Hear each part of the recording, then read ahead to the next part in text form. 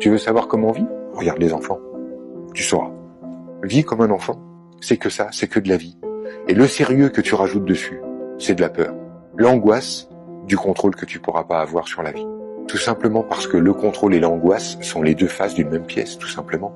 Donc lorsque tu vas aller jouer à « je contrôle ma vie » en réfléchissant à tout, ben en fait, tu es en train de générer de l'angoisse. Quand tu es en train de poser des attentes dans la vie, qu'est-ce qu'il y a en dessous des attentes? Des déceptions. Donc plus tu poses d'attentes, plus tu vivras de déceptions, et plus tu poses de contrôle, plus tu vivras d'angoisse. Et c'est là qu'il y a une invention merveilleuse de l'humain, c'est la souffrance. C'est que quand on a marre d'avoir mal, bah, tu es obligé de voir les liens entre l'intérieur et l'extérieur. Quand la première fois que tu as vécu une rupture, tu te dis « Ah non, mais mon mec, c'était un con », bah, tu te dis la deuxième fois « Ah, celui-là, il a rien à voir avec le premier », et puis au bout de 6 mois avec lui, tu te dis « Merde, c'est le même, il est aussi con que le premier », et puis le troisième, qui est encore pareil, tu te dis « Bon, bah ok, le problème, c'est moi ». Donc c'est grâce à la souffrance que tu finis par redevenir le propre créateur de tes circonstances et d'arrêter de remettre dans l'extérieur la faute qui en fait n'est pas une faute.